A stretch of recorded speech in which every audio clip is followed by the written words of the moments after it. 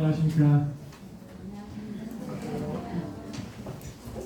24년 1학기 수학 21기 1차 지필평가 총평 해보도록 하겠습니다. 저는 지금 공강학원에서 이제 경기일보 전담 수학 강의를 맡고 있는 이도훈이라고 합니다.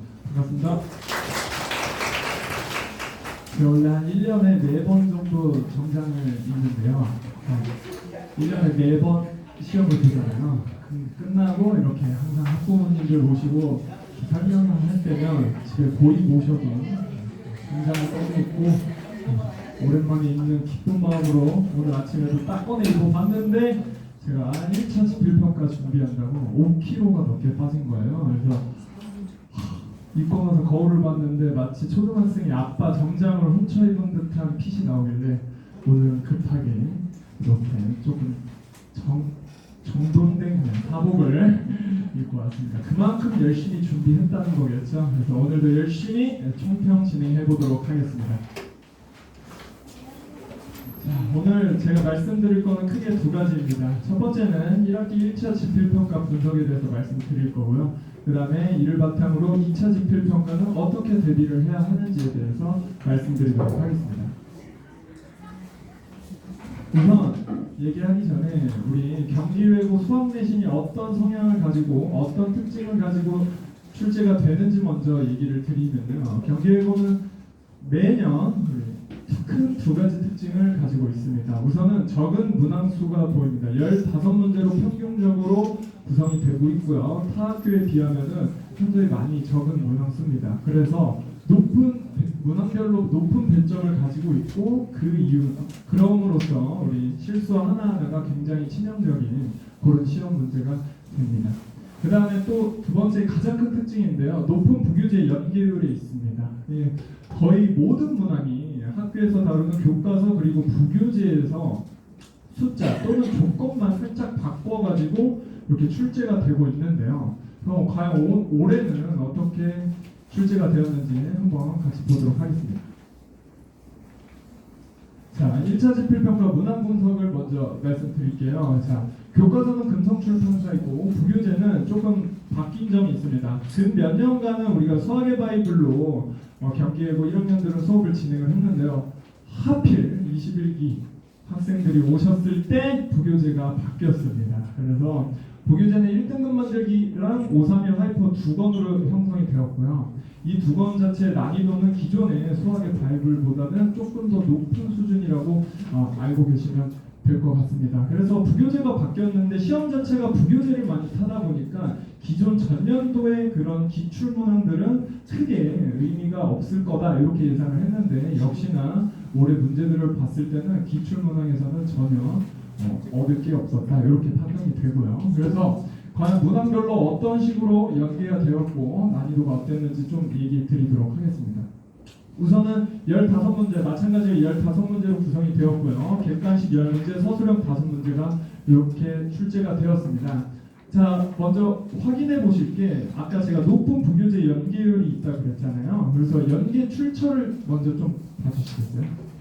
자료에 보시면은 1번부터 15번에서 서술형 5번은 사전고지로 선생님이 먼저 이런 문제 낼 거다라고 얘기를 했기 때문에 그걸 제외한 나머지 14문제가 전부 다 교과서 부교재에서 연계가 되어서 나왔습니다. 그래서 숫자랑 조건만 살짝 바뀐 형태로 나왔기 때문에 부교재랑 교과서를 열심히 꼼꼼히 잘 공부한 친구들은 그렇게 낯설게 느껴지는 시험은 아니었다 이렇게 판단이 되고요. 그 다음에 난이도들을 먼저 좀 또 살펴보시면요. 대부분 하, 중하 이렇게 포진이 되어 있습니다. 그래서 연계가 된 문항들도 보면은 굉장히 난이도가 좀 쉬운 편에 속하는 그런 문항들로 구성이 되었다 이렇게 얘기 드릴 수 있을 것 같고요. 그래서 총평을 말씀드려보자면요. 역시나 높은 부교재 연계율을 봅니다. 거의 100%죠. 100%. 그래가지고 우리가 부교재를 꼼꼼히 공부해야 되는 이유가 여기 또 있고요. 그 다음에 두 번째로는 전반적으로 쉬운 난이도의 문항들이 구성이 되었어요. 난이도를 또 살펴보시면 아시겠지만 그렇게 막 최상, 상까지 가는 난이도의 문항들은 없었다.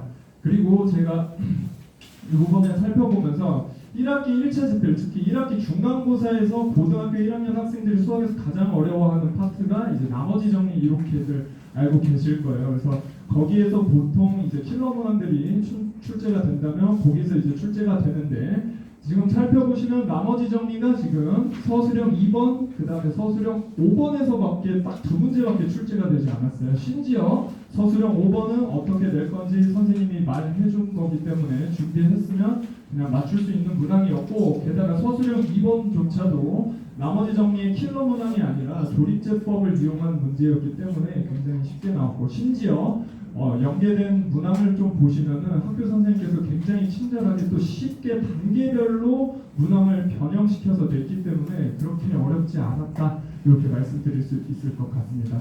그래서 좀 결론적으로 말씀드리면 변별력이 거의 없는 굉장히 쉬운 난이도의 시험이었다 이렇게 판단이 됩니다. 100점도 굉장히 많을 거라고 예상이 되고요. 실제로 많이 나왔고 그렇게 예상이 돼서 핵심은 이제 우리가 결국에 1학기는 종합적으로 평가를 하기 때문에 2차 지필이 굉장히 난이도가 있을 것으로 예상이 됩니다.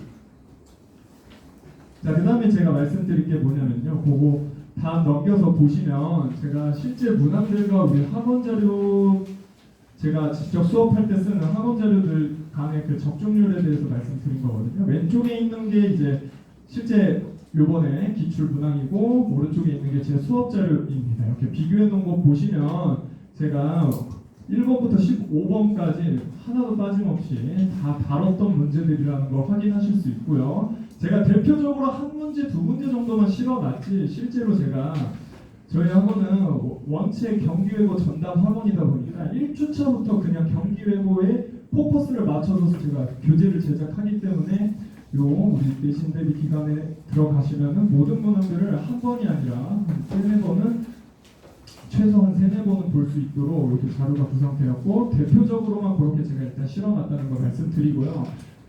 제가 이런 표현을 좀 썼어요. 너무나 당연한 적중률이다. 그 이유는 아까도 말씀드렸듯이 1주차부터 그냥 경기외고에만 포커스를 맞춘 교재이기 때문에 부교재에 있는 문항들을 모두 수록을 해놨기 때문에 당연히 시험에 나오는 문항들은 다 한 번씩은 볼 수 있고요. 그 다음에 부교재 문항들의 변형 문항, 그 다음에 유사 문항들을 또 숙제 자료로 제작을 해서 학생들에게 숙제 자료로 배부가 되었기 때문에 우리 시험에 나올 수 있는 변형 형태들을 경험을 해볼 수 있다 이렇게 말씀드릴 수 있고요. 그 다음에 그것뿐만이 아니라 저는 이번에 7주차 내신 대비가 있었는데 총 모의고사를 10회분을 봤습니다. 직전 대비 모의고사 2회까지 포함하면 총 10회분의 모의고사를 봤는데 학교 시험과 동일한 구성 15문제로 구성이 되어 있고요.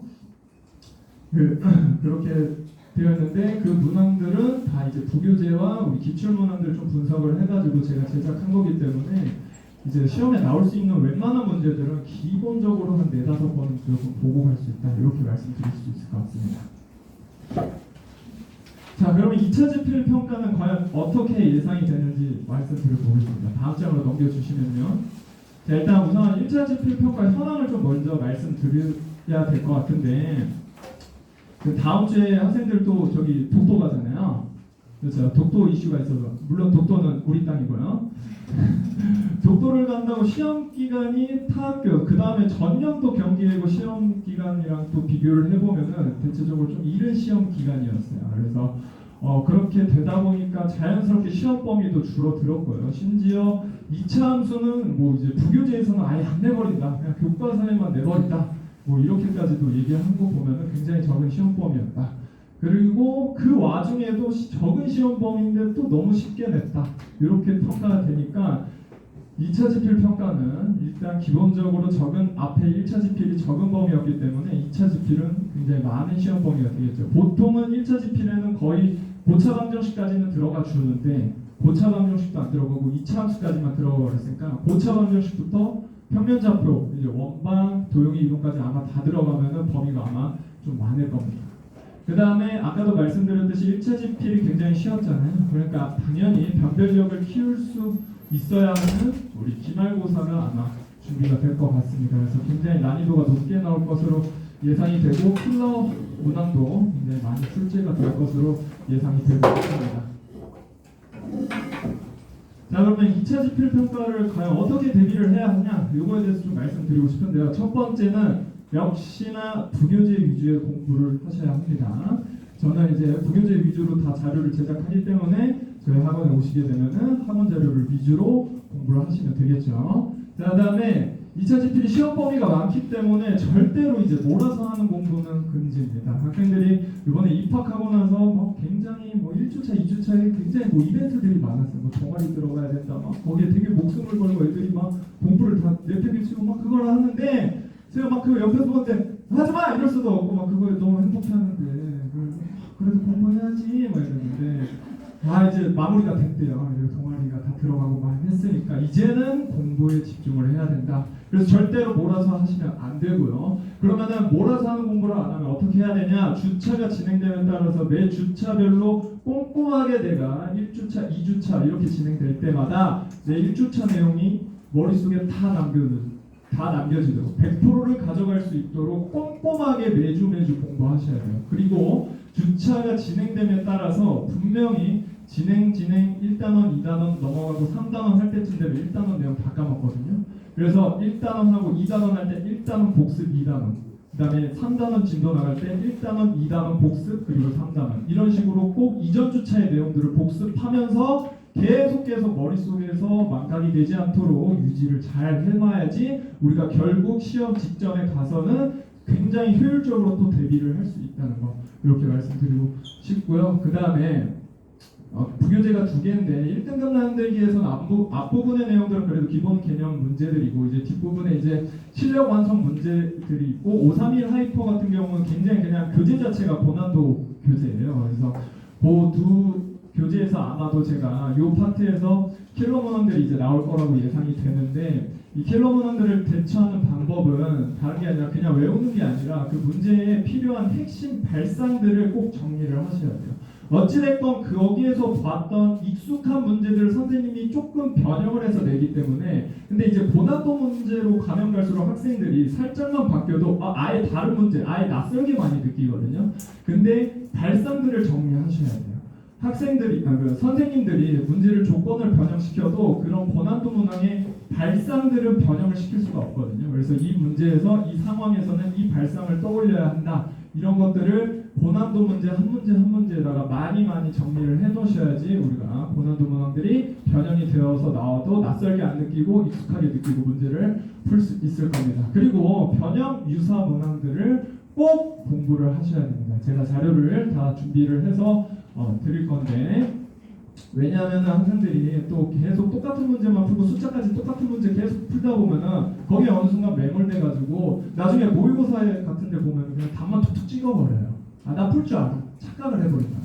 안 돼요. 그렇게 하면 안 되고 조건이 조금 바뀌어도 이 문제랑 연계된 거야를 먼저 캐치할 수 있어야 되고 거기에서 더 나아가서 내가 이 원리를 정확하게 적용할 수 있는지를 수시로 숙제를 하면서 체크를 해 주셔야지 그게 실력으로 남고 내 문제가 되는 거거든요. 그래서 꼭 그런 식으로 공부를 하시고 그 다음에 모의고사로 꼭 실전 능력을 배양시켜야 합니다.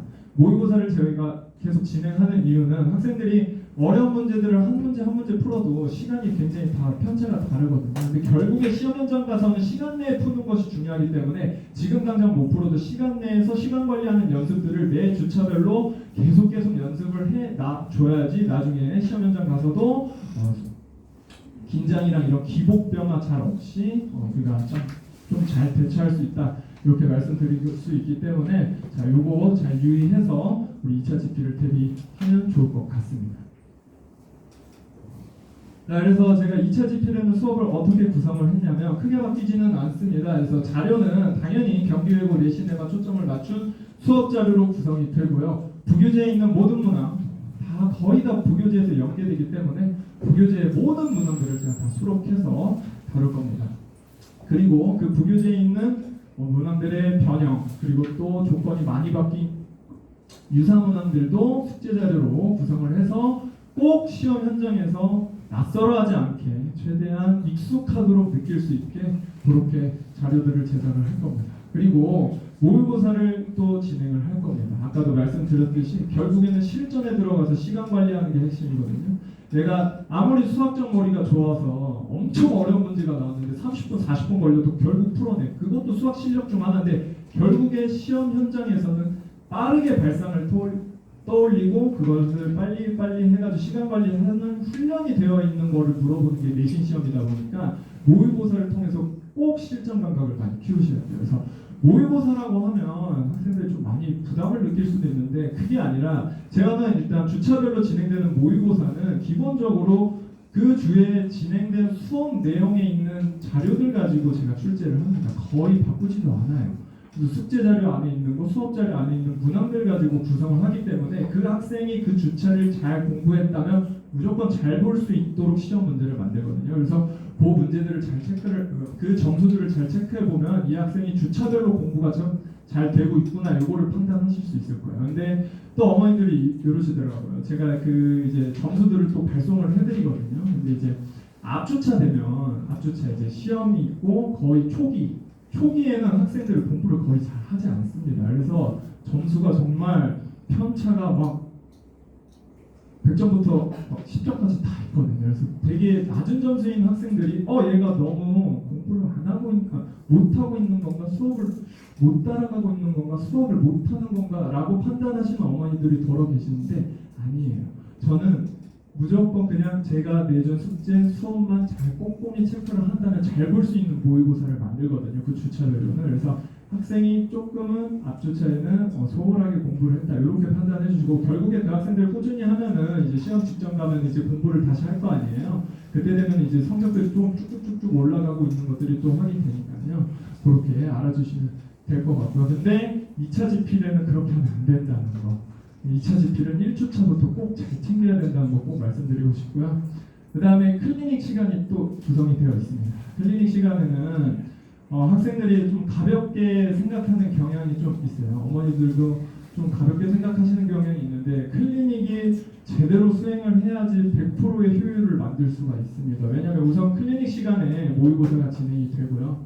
클리닉 시간에 밀착형으로 숙제를 점검하기 때문에 거기서 오가는 피드백으로 자신의 시험 문제가 어떻게 나올 건지 자기가 문제를 잘 풀고 있는 건지가 즉각적으로 확인이 되기 때문에 클리닉 시간을 꼭 잘 활용하셔야 됩니다. 그래서 클리닉은 그냥 내가 가고 싶을 때 가는 그런 시간이 아니라 필수적인 수업 시간입니다. 그러니까 되도록 정말 불가피한 상황이 아니면 클리닉은 꼭 필참을 하시는 게 원칙입니다. 이렇게 말씀드리고 싶고 그 다음에 저는 모든 수업을 다 촬영을 해서 학생들한테 영상으로 제공을 합니다. 그래서 언제든지 복습을 할 수 있게끔 자료 이렇게 제공이 되고요. 그 다음에 2차 집필부터는 제가 이제 수업을 수준별로 약간 진행을 하기로 이렇게 계획 중에 있습니다. 그래서 일반적으로 자료와 수업 내용은 거의 똑같은데 이제 수업 진행 방식이나 숙제 양에 대해서 조금은 조절이 있을 거예요. 그래서 크게는 심화반, 기본반 뭐 이렇게 나뉘는데 심화반 학생들한테는 이제 어느 정도 수학 실력이 되기 때문에 자세한 개념 설명보다는 문제 풀 때 필요한 핵심 개념들 위주로 빠르게 가고 이제 고난도 문제에 좀 집중을 하고 기본반 학생들은 아직은 조금 고난도 문제를 바로 풀기에는 조금 수학 실력이 낮을 수 있다라고 판단이 되는 친구들은 일단 이 실력을 끌어올리는 데 좀 포커스를 맞춰서 자세한 개념 설명을 해주고 이 학생도 문제를 바로바로 적용해서 풀 수 있는지 그런 형태로 수업 진행이 되니까요. 참고해 주시면 감사하겠습니다. 그리고 이 수준별 수업은 좀 지금 모집 인원에 따라서 살짝 변동사항이 있을 수도 있다는 것도 체크해 주시면 감사하겠습니다. 자, 그리고 마지막 마무리 제가 한마디 해드리고 싶은데 2차 지필이 진짜 관건이 될 것 같습니다. 자, 지금 1차 지필이 끝나고 어떤 친구는 되게 잘 봤다라고 생각할 수 있고 어떤 친구들은 또 좀 많이 아쉬워하는 친구들이 있는데 거기에 너무 매몰되면 안 돼요. 지나간 일은 지나간 일이고 중요한 거는 2차 지필, 1차 지필에서는 변별력이 크게 없었기 때문에 2차 지필에서 굉장히 크게 관건이 될 것 같고요. 잘 본 학생들한테 해주고 싶은 말은 절대 방심하면 안 돼요. 절대로. 진짜 센 말대로 부교집만 잘 공부했더니 다 나오네? 다 맞았네? 2차 지필도 이렇게 공부하면 되겠지? 라고 하시면 아마 큰 거 다치실 수도 있을 거예요. 왜냐면 킬러 문항들이 무조건 나올 거라고 예상되고 거기에서 많은 훈련을 해야 될 거다 이렇게 말씀드리고 싶고요. 못 본 학생들한테도 얘기해주고 싶은데 당연히 고1 첫 내신 시험이 중요하다는 건 전국이 다 아는 사실일 거예요. 근데 대부분 첫 내신에서 긴장도 많이 하고 이렇게 변수가 다양하다 보니까 자기가 기대했던 것보다 좀 못 본 학생들이 있을 수 있는데 거기서 절대로 하면 한 안 되는 행동 하나가 그거 하나 망했다 해서 인생 망한 거 아니거든요. 고등학교 전체 내신이 절대 망한 거 아니거든요. 아직 2차 지필 남아서 충분히 만회할 수 있는 상황이거든요. 심지어 지금 1차 지필이 변별력이 잘 없었기 때문에. 그러니까 그거를 원동력 삼아서 절치부심해서 2차 지필을 꼭 챙겨야겠다라는 마음을 가져야지. 나 내신 이제 다 망했어. 다 포기하고 나 정시로 막 갈 거야. 막 이런 소리를 하고 있어요. 저 그런 친구한테 물어보고 싶어요. 너 지금 내신도 포기해가지고 도망가서 정시로 가겠다고 하는데 너 정시는 잘할 수 있겠냐? 라고 얘기하고 싶은데 상처받으니까 그냥 멀리서 미래가 보이지. 절대 그러시면 안 되고 무조건 2차 지필 챙기시고 내신은 진짜로 고등학교 끝날 때까지 꼭 챙기셔야 돼요. 아시겠죠? 정시로 간다 이거는 자기가 내신도 열심히 준비하고 정시도 준비하는 과정에 있어서 아 내신 성적보다 모의고사 성적이 잘 나오는데 라면 전략적으로 가는 거지. 내신 다 버리고 그냥 정시 공부한다고 아예 다른 공부도 아니잖아요. 그죠? 그러니까 항상 매사에 모든 공부는 열심히 한다는 생각을 꼭 가져주시고 절대 포기하지 마시고 끝까지 가면 다 이기니까 선생님이 항상 하는 말 끝까지 가면 다 이기니까 절대 포기하지 마시고 2차 지필에 정말 절치부심하셔서 꼭 좋은 성적 받길 바라겠습니다. 제가 오늘 준비한 내용은 여기까지고요. 다음에 이제 또 국어 선생님께서 우리 설명해 주실 겁니다. 감사합니다. 이동현입니다.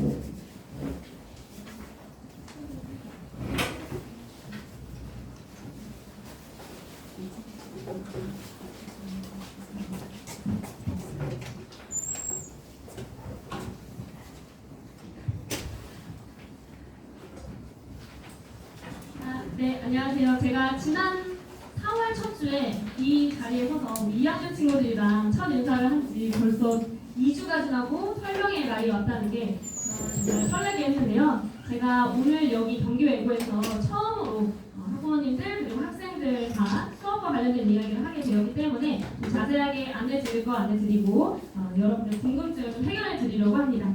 일단 우리 2차 지필평가에 대한 국어과 설명에 있고요. 제가 아무래도 여러분들이 저를 보기에도 초면이다 보니까 저 사람 누구야? 라는 생각이 드실 수도 있기 때문에 잠깐 소개를 좀 하면서 진행을 해보려고 하는데요. 먼저 저희 설명의 목차 먼저 안내드리도록 하겠습니다. 지금 시간이 약간 빠듯한 편이라서 콘텐츠의 내용들 먼저 안내를 드릴게요. 첫 번째로는 저에 대한 소개를 잠깐 좀 드리려고 하고요. 두 번째는 일단 이 부분이 제일 중요할 거라는 생각이 들고 이게 궁금하셔서 많이들 오셨을 거라는 생각이 듭니다. 우리 학교를 제대로 알아야 또 2차 지필 평가를 잘 대비할 수 있지 않을까라는 생각이 들어서 경기외고 국어과 시험은 어떤 식으로 진행이 되고 어떤 출제 유형과 그리고 출제 경향이 있는지를 분석을 하고 이런 이야기들을 하다 보면 이제 2차 지필은 우리가 어떻게 대비해야 하는가라는 이야기가 자연스럽게 나올 수밖에 없을 겁니다. 그래서 이런 내용들을 가지고 제가 2차 지필 대비를 진행을 할 거고 그런 것들을 가지고 이제 3번 커리큘럼으로 갔을 때 이제 좀 많이 중복되는 내용들이 있을 것 같아서 커리큘럼 내용에서는 수능형 내신이라는 이 포인트에 맞춰서 어떤 식의 수업 포인트를 가지고 있는지 말씀드리도록 하겠습니다. 그리고 4번은 저희 수업과 클리닉 안내 잠시 드리면서 마무리 지어보도록 할게요. 자, 일단 첫 번째로는 제 소개를 간단하게 좀 드리도록 하겠습니다. 아마 안내를 많이 받으셨다고 제가 들었어요. 저는 메가스터디라는 사이트에서 고1 전문 국어 강사로 지금 러칭한 지 4년 차가 되었고요. 고1에서 현재 2위 DP를 가지고 있습니다. DP라는 건 타수를 말씀을 드리는 건데 사실 내신 국어는 타수가 잘 바뀌지 않습니다. 그런데 고1 친구들 영역에서 특히 강점을 가지고 있는 강사라서 고1 친구들이 저와 함께 수업을 듣고 또 공부를 같이 진행했을 때 많은 성적 향상을 가질 수 있지 않을까라는 기대를 가지고 경기외고 친구들을 만나러 왔습니다. 넘겨주시면 앞부분에서는 사실 제가 제 소개를 하는 게 여러분들 사이트 들어가시면 저 다 보실 수 있고 제가 제 입으로 저에 대한 어떤 이야기를 하는 거는 조금 또 쑥스럽다 보니까 수능평을 몇 개 가지고 왔는데요. 이 중에 자사고 출신 친구들 그리고 수능을 100%에 달성한 그런 친구들에 대한 이야기들이 좀 있습니다. 이 앞쪽에 보시면 저에 대한 간단한 소개가 나와 있고요. 아마 그 부분이 많이 궁금하실 거라는 생각이 듭니다. 온라인에서 학생들을 만나는 강사가 이렇게 단일 학교를 맡았을 때 얼마나 단점을 보일 것인가, 그 부분에 대해서 많이 궁금하셔서 지금 이 자리에 오신 거라고 저는 생각을 하고 있는데요. 그런 내용들을 2번에서 같이 한번 만나보도록 하겠습니다. 2번으로 넘겨주시면, 저희 경기외고 친구들 학교를 잘 알아야, 그리고 시험에 어떤 것들이 나왔는지를 알아야 시험 대비를 잘 할 수 있지 않을까라는 생각이 드는데요. 이 2번은 지금 이렇게 1학년 그리고 2학년이 같이 들어가 있어서 저희는 1번으로 되어 있는 부분만 보겠습니다. 먼저 시험 유형을 조금 분석을 해봤는데, 시험 구성은 어떻게 되어 있냐, 기출 지문, 그리고 교과서, 문법, 어휘, 책세나 이렇게 5가지 이렇게 나눠볼 수 있겠습니다. 기출 지문을 좀 분석을 해봤습니다. 지문이 상당히 많았어요. 40% 분량의 문제와 지문 수를 가지고 있는 걸 봤습니다. 우리 1학년 친구들이 좀 벅차지 않았을까라는 생각이 좀 들었고요. 1학년 시험지를 제가 쭉 분석을 하다 보니까 학교의 의도가 확실하게 느껴졌습니다. 우리 경기외고 출신 친구들이 어디 가서 정말 자랑스러운 친구들이 되기를 원하는 그런 의도가 정말 많이 보였어요. 그래서 골고루 팔방미인 같은 그런 어떤 장점을 갖기를 원하고 있구나 학교가. 그건 무슨 얘기냐, 여러분들이 뭐 하나도 허투루 준비하면 안 된다는 이야기가 되겠죠. 그래서 지금 보시면 기출 지문이 상당히 많은 분량을 가지고 있는데 문제는 그거보다는 조금 적게 들어가는 것 같았습니다. 그리고 교과서 지문들도 우리가 소홀히 할 수 없었고요. 문법, 어휘, 책사나에 대한 얘기들 자세하게 좀 넘어가서 얘기를 해볼게요. 넘겨주시면 하나씩 보겠습니다. 기출 지문은 정말 많죠. 지금 보시면 현대식 복합 지문은 제가 찾아보니까 06년도 기출 지문이었습니다. 여러분들이 혼자서 대비하기 굉장히 어렵겠다는 생각이 들고, 이 기출 지문의 특징을 보시면 지문이 2개가 엮여있는 것들도 꽤나 많았어요. 그래서 철학 지문 2개, 예술 지문 2개가 엮여 있었습니다. 사실 예술 지문 같은 경우에는 대부분의 학생들은 크게 어려워하지 않아요. 그런데 지문이 길어지면 그때부터 상당히 부담감을 느낍니다. 왜냐하면 시간도 많이 걸리고 하기 때문에. 그리고 철학을 정말 싫어하는 친구들이 많거든요. 왜냐면 다 똑같은 이야기 같은데. 근데 이런 철학 지문이나 예술 지문에서는 관점을 비교하거나 사상가들에 대한 이야기나 아니면 어떤 특정한 사례들에 대한 얘기들이 많이 나오기 때문에 우리가 내용을 조금 잘 파악해야 되는 부분들이 있습니다. 그리고 이번 학력평가 지문도 변형이 되어서 출제가 되었죠. 그러니까 빠른 대비를 하기를 원하는 거예요, 학교에서. 우리가 지금 시험 봤다고 해가지고 늘어지고 있을 때가 아니라 3월학평 봤으면 빨리 긴장감 찾아가지고 이거를 내신에 바로 대비하겠다, 이런 이야기들이 이제 나오는 거죠. 출제 유형 보시면 대부분은 이제 수능형 문제들이 나오고 있습니다. 그리고 이 안에서도 어휘 문제라든지 아니면 문학 지문들은 작품 간 비교하는 문제들, 이런 것들이 많이 나왔었고요. 시험 경향은 제가 이 부분이 굉장히 좀 독특하다, 이런 생각이 들었습니다. 지문 수는 굉장히 많은데 막 문제가 하나, 2개 이런 식으로 들어가 있어요. 그건 무슨 얘기냐면 여러분들 많이 봐야 된다는 이야기인 거죠. 그러니까 제가 이렇게 말씀드려도 될지 모르겠는데 가성비가 조금 떨어질 수 있다. 우리가 많이 보는 거에 비해서 질문에 해당하는 그 딸려있는 문제들은 좀 적기 때문에 이게 한 문제 한 문제를 풀 때 좀 긴장감이 많이 올라가지 않을까라는 생각이 들었습니다. 대신에 아주 어렵지는 않다라는 생각이 들었어요. 사실적 읽기 문제들이 조금 더 많았고 추론이라든지 적용 문제들은 아주 많지는 않은 편이라서 긴장을 조금 풀고 보는 거 좋지 않을까라는 생각이 들고요. 교과서에서는 현대소설 한 편과 현대시 한 편이 들어갔는데 현대소설 지문이 이렇게 모두 고르시오의 문제들이 굉장히 많더라고요. 우리가 제일 싫어하는 유형 아닙니까, 여러분? 모두 고르시오. 몇 개인지도 안 알려줘요. 그런데 보니까 정답률이 그렇게 낮지는 않습니다. 그건 무슨 얘기냐면 다 같이 열심히 하고 있다는 이야기겠죠. 그래서 모두 고르시오 문제들은 정말 제대로 공부했는지를 확인하는 그런 문제들이기 때문에 우리가 좀 쉬운 지문이어도 까다롭게 느껴질 수 있다는 거, 그런 것들을 좀 염두해 주시면 좋겠고요. 문법 부분은 한글 맞춤법 문제들이 6개, 5개 정도 나왔습니다. 한글 맞춤법 문제들을 보니까 대표적인 유형들로 무난하게 출제가 됐던 것 같아요. 그래서 맞춤법 조항이라든지 이 조항에 해당하는 사례들을 확인하는 그런 문제들이 나왔는데 여기에 한 가지 조금 독특한 것은 기본적으로 일반적인 학교에서 문법 출제를 할 때 수능형 지문식 문제를 잘 내지는 않거든요. 그건 왜 그러냐면 지문을 읽어야 된다는 부담감을 주기 때문이에요. 근데 저는 그렇습니다. 수능 문제 형식으로 나온다고 하더라도 이건 내신이거든요. 수능형 내신이다. 수능형 내신은 수능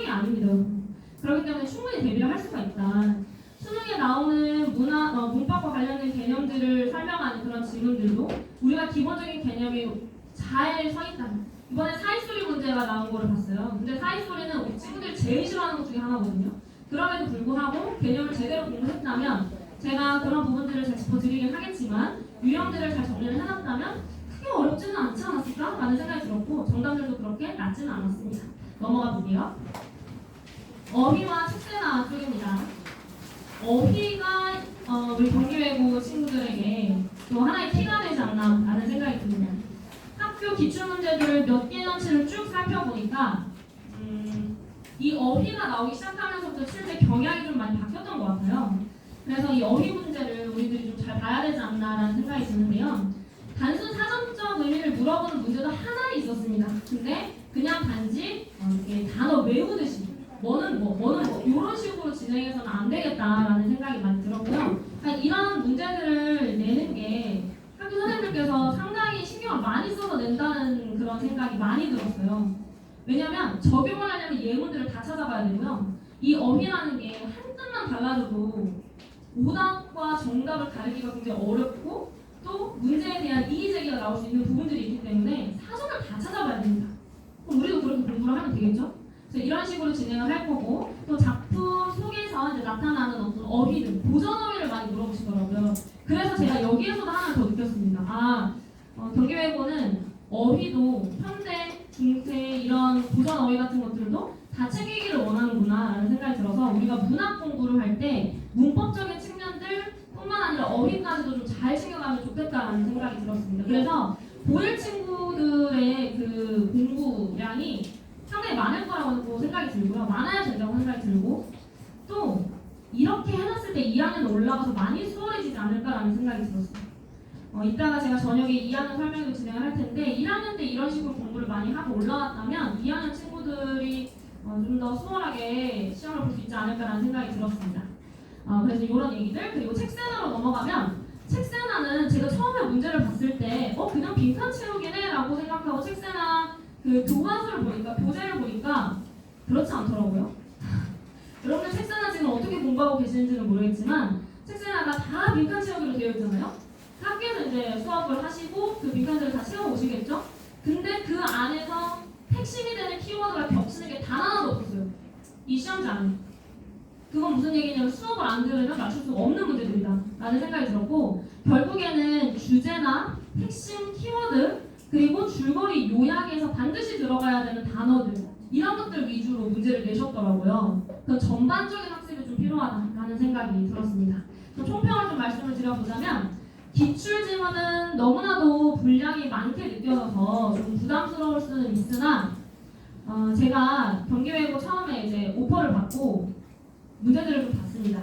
근데 저는 사실 계획이 없었거든요. 지금 인강을 진행하고 있고 저의 어떤 1년 계획이 다 나와 있는 상태에서 저의 여유 시간을 빼서 학생들 너무 만나고 싶은데 이거를 할 수 있을까라는 이건 제가 솔직한 얘기를 드리는 거예요. 그런 고민을 했을 때 문제를 보니까 경기외고는 약간 나랑 뭔가 운명이 좀 있어? 약간 이런 생각이 드는 거예요. 제가 지금 대치동에서도 수업을 하고 있는데 대치에서는 많은 학교들이 이런 수능형 내신을 선택하고 있습니다. 제가 이번 1학기 그리고 작년 2학기 그리고 작년 1학년에서 휘문 학생들이 굉장히 갑작스럽게 출제 경향이 바뀌었을 때도 다 대비가 됐었어요.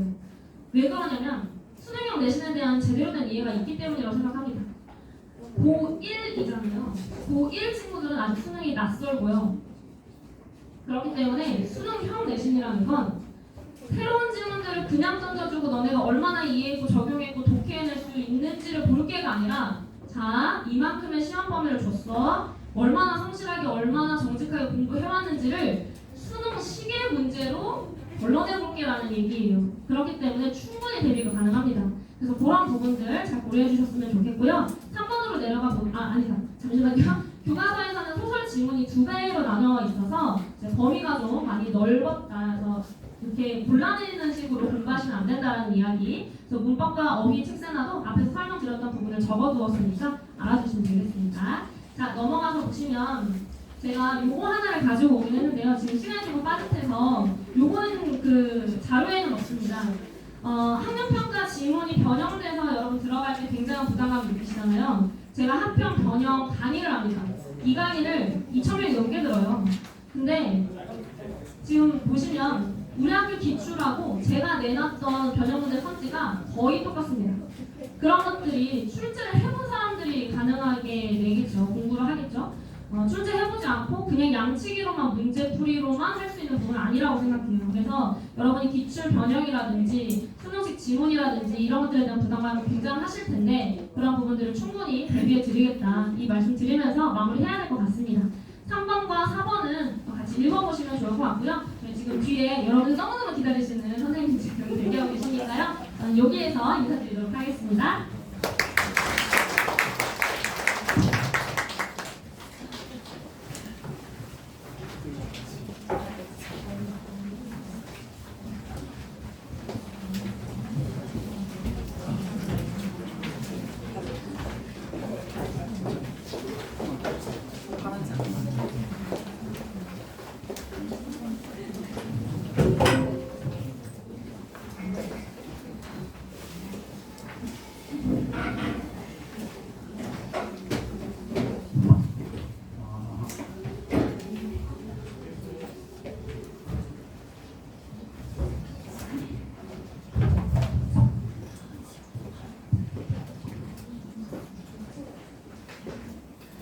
피곤하시죠? 제 마지막 순서다 보니까 마지막 순서는 항상 그런 훈련을 안고 시작합니다. 피곤하신데 빨리 이제 집중도가 점점 떨어지는 게 저도 이제 시작할 때부터 밖에 있었거든요. 대기하면서는 느낀 거지만 저는 밖에서 그냥 준비하면서 기다리고 있는데 학부모님들 그리고 학생들은 계속 뭔가 정보를 들으면서 기다려야 하니까 약간 지금 피로도가 느껴집니다. 제가 좀 빠르게 깔끔하게 끝내는 걸 잘해서 마지막 순서 잘 마무리하고 보내드리도록 하겠습니다. 일단 인사부터 드릴게요. 저는 투스에서 영어를 가르치고 있는 김범구라고 합니다. 이제 학부모님들과 학생들은 논외로 학부모님들의 이렇게 표정들을 보면 호기심 반 그리고 걱정과 우려 반 이렇게 저를 보시는 게 느껴져요. 아무래도 제가 처음 뵙는 자리다 보니까 저에 대한 소개를 조금 간단하게 하고서 그리고 그런 저에 대해 갖고 있을 만한 그런 약간의 불안감들을 조금 덜어드리면서 시작을 해야 될 것 같습니다. 제가 이제 배부드린 요거 자료 한번 보실까요? 제 사진 이렇게 박혀 있는 이거 보시면 되는데 일단 제가 이렇게 두 개의 칸으로 제 양력을 좀 나눠놨어요. 서울대 영어교육과 최고등 졸업, 이투스 온라인 영어 강사 2위라는 그 거창한 순위도 하나 적어놨고요. 대치동, 목동, 재종반, 현장 강의, 다수 출강이라는 이 세 가지 양력은 제가 오늘 굳이 강조하지 않겠습니다. 왜냐하면 어차피 이거 수능 영어 강사로서의 자격이기 때문에 그다지 궁금하지 않으실 것 같고 제가 강조하고 싶은 건 그 아래 칸에 있는 이 5가지 내용이에요. 아마 학부모님들께서 가지고 계실 궁금증이라면 또 궁금증이라고도 얘기할 수 있는데 수능 영어를 가르치는 사람이 왜 굳이 이 먼 곳까지 와서 경비예고 내신을 다루고 있을까? 왜 수업을 하겠다고 하는가? 이거에 대한 궁금증이 솔직히 다들 있으셔서 오늘 설명회에 오셨을 거라고 생각이 듭니다. 그거에 대한 얘기를 좀 드리려고 해요. 우선 저는 수능 영어 강사를 하고 있지만 사실 서울대 영어교육과를 수시 일반 전형으로 입학을 했어요. 그러니까 수시랑 정시를 동시에 준비했던 케이스였고요. 서울에 있는 현대고등학교라고 혹시 들어보셨나요? 여기를 졸업을 했는데 여기가 지금 자사고예요. 제가 학교를 다닐 때까지만 해도 그래도 학교의 폼이 조금 좋아서 문과 기준 5명, 이과 기준 5명 이렇게까지가 수시로 서울대를 갔습니다. 매년.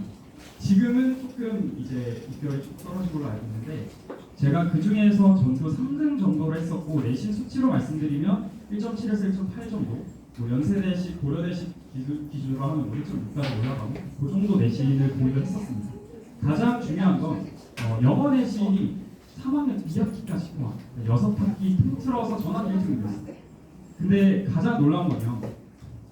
저는 영어 내신은 학원을 안 다녔어요. 반응이 조금 들리네요. 왜 안 다녔냐면 사실 제가 다 문제를 내서 적중이 되더라고요. 그래서 안 다녔어요. 저희 학교의 출제 어떤 양상 유형들을 좀 말씀을 드리면요. 경비예고랑 거의 똑같다고 보시면 돼요. 어법에 모두 고르시오. 개수 안 알려줘. 정답은 한 개부터 5개까지 하겠습니다. 그런 유형들 한 4-5개씩 출제가 됐었고, 수능식 유형, 빈칸수, 순서 배열, 문장 삽입 등등등 출제됐었고, 제시문 변형 당연히 있었고요. 복합 모의고사 제시문 당연히 들어갔습니다. 경비예고랑 정말 되게 이론이 많이 비슷했어요. 그래서 그런 시험을 제가 직접 3년 동안 변형 문제를 직접 만들어보고 전 제시문에 대해서, 전 시험 범위에 대해서, 그리고 그걸 제 친구들 몇 명이랑 제 스터디 그룹을 짜서 공유하고 그걸로 또 수시 생기부 쓰고 뭐 이렇게 해서 이제 대학을 갔는데, 그렇다 보니까 아무래도 사실 저를 수능 강사로 알고 계시겠지만 제 진짜 주력은 사실 내신에 있었던 거다. 요 얘기를 한번 드리고, 그리고 아마 또 궁금하시겠죠. 대체 왜 여기서 이렇게 수업을 하는가? 그거에 대한 답변도 사실 아까 드렸던 거랑 똑같이 얘기 드릴 수 있을 것 같아요. 유형이 너무 비슷합니다. 제가 처음에 이제 연락을 받고 기출문제부터 이제 확인을 해봤어요. 원장님이랑 처음 미팅하면서 기출문제들을 좀 받아봤는데 제 학창 시절이 너무 생각날 정도로 유형들이 비슷해가지고 이 정도 문제라면 제가 대비시켜드리기에 정말 전혀 무리가 없겠다라는 생각이 들어서 이제 하겠다고 딱 최종 결정을 했던 거거든요. 그렇기 때문에 아마 저에 대해서 가지고 계시는 그런 약간 일말의 수능 영어 강사기 때문에 내신은 잘 모를 것이다라는 그런 일말의 불안감이 있으시다면 이 시점을 기준으로는 그런 걱정 안 하셔도 된다고 제가 확실하게 말씀을 드릴게요. 내신 영어를 저만큼 혼자서 잘 챙겨서 등급을 받아본 사람은 아마 시중 영어 강사 중에 없을 거라고 생각해요. 그만큼 저는 내신에 있어서 사실 수능보다 더 자신이 있고, 이거를 기점으로 해서 내신 영어에 대해서도 제가 좀 많이 도전해보고 싶은 분야이기도 하고, 그렇다라는 말씀을 먼저 드리면서 좀 시작을 하겠습니다. 한 페이지만 뒤로 넘길게요. 본격적으로 이번 중간고사에서의 어떤 기록들을 좀 보고 앞으로 제 수업 때 어떻게 대비시켜 드릴지를 좀 말씀을 드릴게요. 일단 공통영어 먼저 한번 보겠습니다. 원장님께서 이미 총평 다 해주셨겠지만 또 제가 분석한 내용들 추가로 한번 말씀드리면서 이후 기말고사 수업은 또 제가 진행하니까 제가 어떻게 수업에서 이것들을 반영할 건지에 대한 얘기를 좀 드리겠습니다. 제 오늘 설명에는요, 크게 주요 특징, 그 다음에 이 특징과 연관된 대비 전략, 이게 연계가 된다고 생각하시면 돼요. 일단 전선희 선생님 파트 먼저 좀 보겠습니다. 시험 범위는 수능 모의고사 기출문제에 들어가고요. 학술 논문이나 테드 강연 같은 것들 조금 추가로 얹어지는 느낌입니다. 기본적으로 전선희 선생님의 모든 문제들은 다 지문 변형이 들어가요.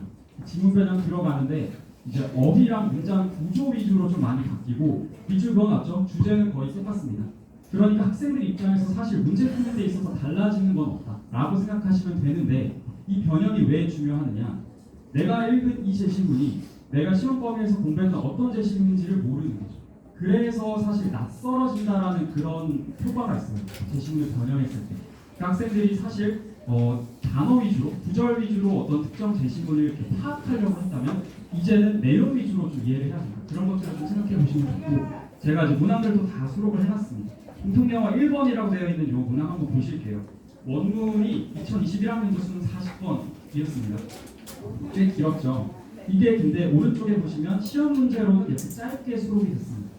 제가 밑줄 그어놓은 부분들이 이제 크게 변형이 돼서 이제 반영된 부분들인데, 보시면 되게 많이 바뀌었어요. 그러니까 뭐 의문문을 다 평서문으로 바꿔놓고 말도 뭐 단어 한두 개만 바꾼 게 아니라 전체적인 어떤 문장 구조나 표현들을 싹 다 갈아엎었습니다.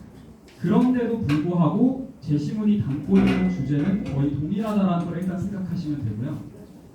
이 문제는 조금 독특한 게 원문에서 끝에서 두 번째 줄에 제가 음영 표시했는 데 있거든요. Cultural exceptions of our own 이란 요 표현 있죠. 이게 사실 우리의 틀에서 벗어나자, 그러니까 우리의 어떤 편견에서 벗어나자, 이런 게 지금 요 원문의 어떤 주제인데, 지문 변형된 걸 보시면 끝에서 한 6번째 줄 좀 올라가시면 음영 표시도 있어요. Western centric notion이라고 나오거든요. 시험 문제에선 이게 서구 중심의 관념에서 벗어나자, 이렇게 좀 바뀌었습니다. 그러니까 약간의 주제 변화가 있는데, 이걸 학생들이 사실 시험 문제 풀 때 헷갈리도록 하는 그 정도까지는 아니지만 약간의 주제 변화가 있었다는 얘기죠. 자, 그래서 이걸 제가 확인하고 나서 대체 이 선생님께서는 무슨 기준으로 이걸 이렇게 바꾸셨을까 하고 좀 궁금해서 제가 이 원문 있죠, 수능에 출제됐던 이 제시문을 구글링을 해봤습니다. 그러면 이제 보통 원서가 나오거든요. 이 원문 어디서 발췌됐는지 그 도서가 나오거든요. 그 도서를 읽어봤더니 애초에 이 수능 제시문 원문 자체가 그 원서를 약간 각색을 한 거더라고요. 그 원서에는 서구 사상의 편견이라고 적혀 있던 걸 수능 문제로 출제할 때 우리의 편견이라고 바꿨던 거고, 이 선생님께서는 이걸 다시 시험 문제로 출제하실 때 원서 그대로 다시 되돌려놓거든요. 그러니까 이게 결국은 지금 변형 포인트 아래 나와 있는 그 설명 보시면 원문은 우리 관점에서 벗어나자, 시험 문제로는 서구 중심의 관점에서 벗어나자, 이렇게 지금 대비가 되고 있는데, 사실은 원서를 찾아보면 서구 중심이 원래 표현이었던 거죠. 그렇게 되돌렸다라고만 생각하시면 됩니다. 그래서 이 변형 기준은 원문 서적이고요. 제가 이제 인용도 다 해놨고, 대비 전략을 말씀드리면 학생들한테 주제 문제 당연히 공감 모의고사 계속 진행될 건데, 여기서 주제 문제 출제할 때 제가 이런 것들 원문 서적 한 번씩 찾아보고, 만약에 달라져 있는 표현들이 있다면 그 원문대로 출제하는 식으로 모의고사에 한번 반영을 해볼게요. 그렇게 하다 보면 학생들이 아마 주제가 살짝씩 변화했을 때 이런 것들, 그 세부적인 뉘앙스들 정답으로 골라낼 때 신경 쓰는 거 매주 연습할 수 있을 것 같습니다. 그리고 한 가지 더 미리 말씀드리면요. 원장님께서 수업하실 때 하셨던 모든 그 시스템 포맷들 있죠? 그대로 진행됩니다. 모의고사 학생들한테 좀 아쉬운 얘기가 될 수도 있는데, 모의고사 계속 볼 거예요. 계속 보고 시험 문제 이 선생님들의 그 출제 경향 완벽하게 맞춰서 매주 진도 나가는 만큼 시험 볼 거니까 그런 부분들은 걱정 안 하셔도 됩니다. 옆으로 넘겨볼게요. 공통영어 13번 한번 보겠습니다. 요거 빈칸 추론이었는데 얘는 딱 빈칸 포함된 구절만 바뀌었어요. 빈칸 추론이 출제되면 보통 그렇더라고요. 그러니까 위아래 다른 부분들은 다 똑같이 나오고 빈칸 포함된 딱 그 부분만 완벽하게 다른 어구들로, 다른 어휘들로 그렇게 변형이 됩니다. 그래서 변형 포인트 한번 보시면 오직 only 빈칸 문구만 변형이 되어 있고, adjustment라는 단어랑 flexibility라는 단어가 똑같은지를 아느냐, 결국 그걸 묻는 그런 문항이었어요. 변형 기준은 아까 말씀드렸다시피 동의어나 유의어를 활용한 변형이었고요. 이 부분을 학생들이 어떻게 생각하면 좋냐면, 그러니까 단순히 내가 빈칸을 푼다고 했을 때 진짜 그 어휘를 그대로 기억하는 게 아니라 결국은 우리가 내용을 암기해야 됩니다. 그러니까 이재신문이 어떤 내용이었지 이걸 기억해야지, 이재신문에 어떤 단어가 쓰였지를 기억해서는 낯설 수 있다는 걸 기억하시면 됩니다.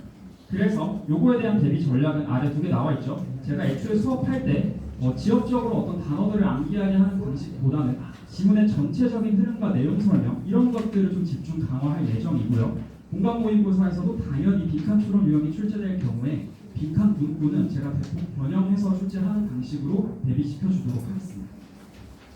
자, 이제 뒤로 넘겨보겠습니다. 공통영어 두 번째 선생님이시죠. 전혜명 선생님 출제 포인트 한번 짚고 넘어갈게요.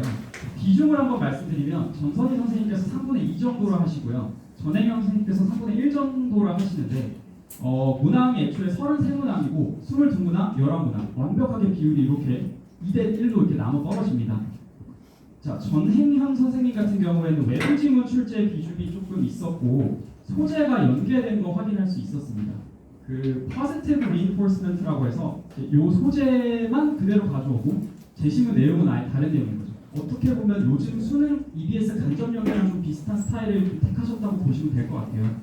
그리고 어휘 영영풀이 이런 것들 좀 출제되는데 그 과정에서 외부 문장들 많이 출제되는 것 같습니다. 대비 전략 한번 말씀드리면요. 공통영어 23, 4번에 요게 이제 방금 말씀드렸던 positive reinforcement 그 소재인데 얘가 어법이랑 내용 일치로 이렇게 출제가 됐어요. 사실 어법이 외부 문항에서 나왔다? 요거는 대비하기 좀 까다롭게 느껴질 수도 있겠죠.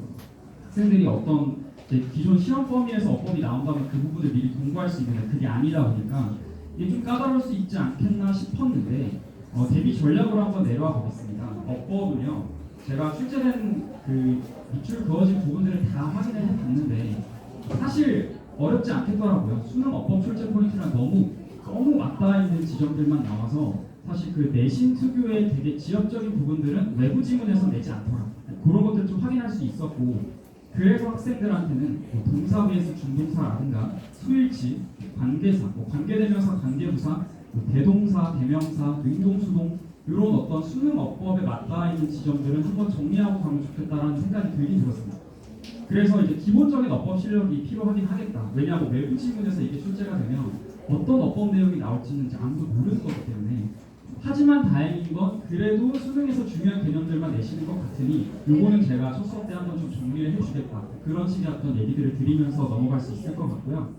내용 일치도 한 문제 같이 나왔죠. 그래서 이제 어쨌든 이게 간접 연계니까 positive reinforcement이라는 그 소재에 대해서 학생들이 접해본 적이 있잖아요. 그래서 이 소재에 대한 배경 지식이 조금 필요할 것 같고요.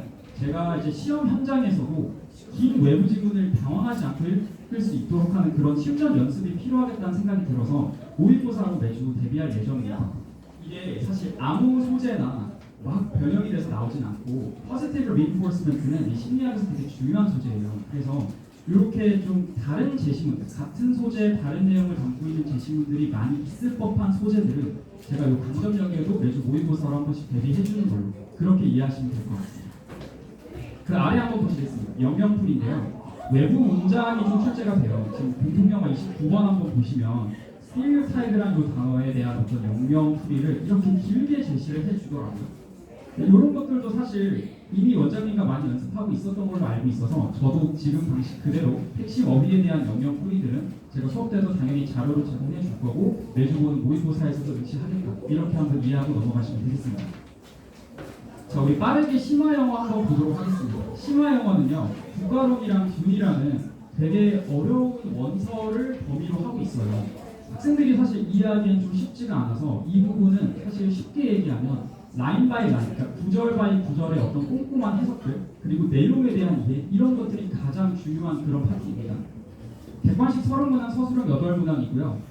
객관식의 대부분은 어떤 그 작품의 내용 이해 그리고 어떤 화자의 발화문 이런 것들 의도 이해하는 것 이런 것들이 중요하고 이제 어휘들 이렇게 두 가지로 나눠볼 수 있고 주관식도 마찬가지로 내용 이해하는 거에 초점이 맞춰져 있습니다. 그래서 대비 전략 한번 보시면요. 객관식 같은 경우에는 imply라는 거 밑줄 그어놨죠. suggest, infer, explain, mean 그리고 투부정사. 그러니까 화자가 이런 말을 했다. 뭐뭐 하기 위해서 그 위해서에다가 이제 빈칸을 뚫어놓고 선택지를 내는 거죠. 발화 의도를 물어보는 거예요. 제가 심화영어 1번에 한번 예시를 들어 이제 수록을 해놨는데 이런 식으로 나오네요. 이 사람이 이런 말을 한 것은 이런 의미를 담기 위해서 이런 식의 어떤 내용을 이해하는 문항들 있죠. 그런 것들이 거의 3분의 2 정도를 차지를 합니다. 그래서 지문에 대한 확실한 이해가 필요하고요. 특히나 전체적인 내용에 대한 이해가 아니라 세부적인 구절들이 담고 있는 그 맥락적인 내포하는 의미, 추론할 수 있는 내용, 대사에 담긴 의도 이런 라인 바이 라인의 이해가 좀 중요합니다. 그래서 그런 것들을 수업 때 제가 많이 반영해서 수업할 때 그 스토리텔링에 좀 강력하게 집중할 예정이고 여기서 뭐 사실 어법적인 부분이나 이런 건 출제가 안 되기 때문에 내용에 대해서 조금 제가 많이 강조하겠다고 기억하시면 될 것 같습니다. 모의고사에서도 당연히 그렇게 반영이 될 거고요. 뒤에 나와 있는 것들은 사실 기존과 동일해서 제가 간단하게만 정리하고 마무리하겠습니다. 어휘뜻, 필기에서 다 나옵니다. 그래서 제가 다 대비해 드릴 거고 동의어도 다 말씀해 주십니다. 그건 제가 당연히 모의고사와 수업 자료에 반영해 드릴 거고요. 그 다음 주관식도 마찬가지로 내용에 대해서 묻고 있기 때문에 요양식 그대로 공감 모의고사에 완벽하게 동일한 유형으로 수록해서 매주 대비시켜줄 예정이니까 이 부분도 걱정 안 하셔도 될 것 같습니다. 진짜 마지막으로 한 10초 정도만 말씀드리겠습니다. 심화 영어 회화 맨 마지막 페이지 있죠? 자, 이게 중간고사가 없고 기말고사만 있어요. 그래서 이제 딜런 선생님께서 진행하시는데 이 부분은 시험 범위에 대한 암기 필요합니다. 제시문을 수록을 안 해놓고 그냥 묻기 때문에 내용 암기가 중요하고요. 내용 일치, 내용 이해도를 묻는 문항들만 출제가 돼서 이 부분은 제가 내용 정리하고 암기하는 거 확실하게 확인하고 모의고사에서도 제시문 수록 안 하고 내용 암기했는지 확인하는 문항들로 계속 대비시켜줄 예정입니다. 일단 이 정도로 우리가 마무리해볼 수 있을 것 같고요. 혹시나 추가적인 질문이 있으시다면 학원판에서 문의 주시면 제가 부탁드리고 감사합니다. 저희는 학생들 같은 경우에는 이제 5월에 보는 걸로 하고 저는 물러나도록 하겠습니다.